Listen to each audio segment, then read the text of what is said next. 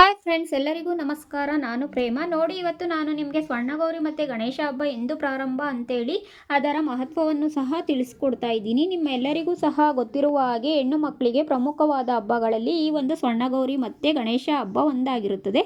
ನಮ್ಮ ಪ್ರತಿಯೊಂದು ಮನೆಗಳಲ್ಲೂ ಕೂಡ ಸೌಭಾಗ್ಯವನ್ನು ತರುವಂಥ ಒಂದು ಹಬ್ಬ ಅಂತಂದರೆ ಈ ಒಂದು ಗೌರಿ ಗಣೇಶ ಹಬ್ಬವಾಗಿರುತ್ತದೆ ಫ್ರೆಂಡ್ಸ್. ದೇವಿಯರಲ್ಲಿ ಅತಿ ಶಕ್ತಿಯುತವಾದ ಆದಿಶಕ್ತಿ ಅವತಾರ ಅಂತೇಳಿ ನಾವು ಗೌರಿ ದೇವಿಯನ್ನು ಪೂಜೆ ಮಾಡ್ತೇವೆ. ಹಾಗೆ ವಿವಾಹಿತರು ಮತ್ತು ಅವಿವಾಹಿತರು ಮಹಿಳೆಯರು ಕೂಡ ಉಪವಾಸವಿದ್ದು ಈ ಒಂದು ವ್ರತವನ್ನು ಆಚರಿಸುವಂಥದ್ದು ಫ್ರೆಂಡ್ಸ್. ವಿವಾಹಿತ ಮಹಿಳೆಯರು ತಮ್ಮ ವೈವಾಹಿಕ ಜೀವನವು ಚೆನ್ನಾಗಿರಲೆಂದು, ಮನೆ ಚೆನ್ನಾಗಿರಲೆಂದು ಈ ಒಂದು ಸ್ವರ್ಣಗೌರಿ ವ್ರತವನ್ನು ಆಚರಣೆ ಮಾಡಿದರೆ, ಅವಿವಾಹಿತ ಮಹಿಳೆಯರು ಒಳ್ಳೆಯ ಒಂದು ಕಂಕಣ ಭಾಗ್ಯ ಕೂಡಿ ಬರಲೆಂದು ಈ ಒಂದು ವ್ರತವನ್ನು ಆಚರಣೆ ಮಾಡ್ತಾರೆ ಫ್ರೆಂಡ್ಸ್. ಪ್ರತಿಯೊಬ್ಬರು ಕೂಡ ಈ ಗೌರಿ ವ್ರತವನ್ನು ಉಪವಾಸದಿಂದ ಆಚರಣೆ ಮಾಡಬೇಕಾಗುತ್ತೆ. ಈಗ ನೋಡಿ, ಸ್ವರ್ಣಗೌರಿ ಹಾಗೆ ಗಣೇಶ ಹಬ್ಬ ಎಂದು ಪ್ರಾರಂಭ ಅನ್ನೋದಾದರೆ ನಾವು ಆಚರಣೆ ಮಾಡಬೇಕಾಗಿರೋದು ಮೊದಲು ಸ್ವರ್ಣಗೌರಿ ವ್ರತವನ್ನು ಮಾಡ್ತೇವೆ. ಭಾದ್ರಪದ ಮಾಸ ಶುಕ್ಲ ಪಕ್ಷ ತೃತೀಯ ದಿನದಂದು, ಅಂದರೆ 5ನೇ ತಾರೀಕು ಗುರುವಾರ ಮಧ್ಯಾಹ್ನ 12:22 ಪ್ರಾರಂಭವಾದರೆ 6ನೇ ತಾರೀಕು ಶುಕ್ರವಾರ ಮಧ್ಯಾಹ್ನ 3:02 ಮುಕ್ತಾಯವಾಗುತ್ತದೆ ಫ್ರೆಂಡ್ಸ್.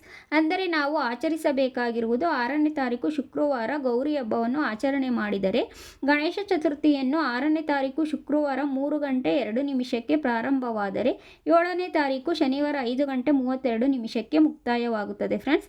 ನಾವು ಗಣೇಶ ಚತುರ್ಥಿಯನ್ನು ಆಚರಣೆ ಮಾಡಬೇಕಾಗಿರುವುದು ಶನಿವಾರವಾಗಿರುತ್ತದೆ. ಹಾಗೆ ಸ್ವರ್ಣಗೌರಿ ವ್ರತ ಕೂಡ ಶುಕ್ರವಾರ ಬಂದಿರೋದ್ರಿಂದ ಲಕ್ಷ್ಮಿಯ ವಾರವೂ ಹೌದು, ತುಂಬ ವಿಶೇಷವಾದದ್ದು.